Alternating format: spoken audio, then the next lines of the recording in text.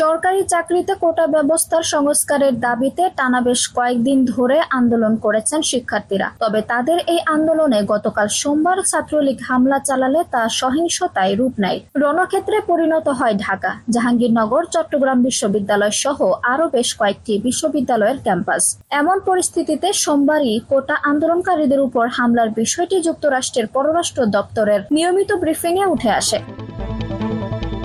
যুক্তরাষ্ট্রের পররাষ্ট্র দপ্তরের মুখপাত্র ম্যাথু মিলারের কাছে জানতে চাওয়া হয়, বাংলাদেশের সরকারি চাকরিতে মেধাভিত্তিক পদ্ধতির পক্ষে কোটা বাতিলের সংস্কার দাবিতে গত কয়েকদিন ধরে হাজার হাজার শিক্ষার্থী বিক্ষোভ করছেন। সোমবার বিক্ষোভকারীদের উপর হামলা করেছেন ক্ষমতাসীন দলের ছাত্র সংগঠন বাংলাদেশ ছাত্রলীগ। এতে শত শত শিক্ষার্থী আহত হয়েছেন। আহত হয়ে যারা চিকিৎসার জন্য হাসপাতালে গেছে তাদের উপরও হামলা চালিয়েছেন তারা। বাংলাদেশে চলমান এই প্রতিবাদে আপনার অবস্থান কি? এই প্রশ্নের জবাবে তিনি বলেন, আমরা ঢাকা সহ বাংলাদেশে ব্যাপক ছাত্র বিক্ষোভের বিষয়ে অবগত এবং পর্যবেক্ষণ করছি।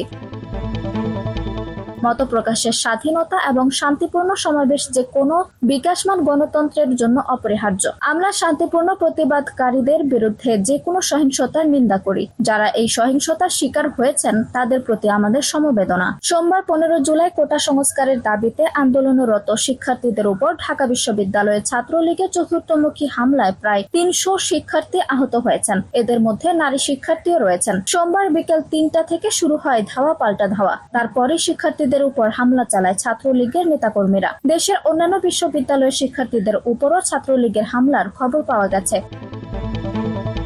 আঞ্জুম হক, আরবি টাইম নিউজ ডেস্ক।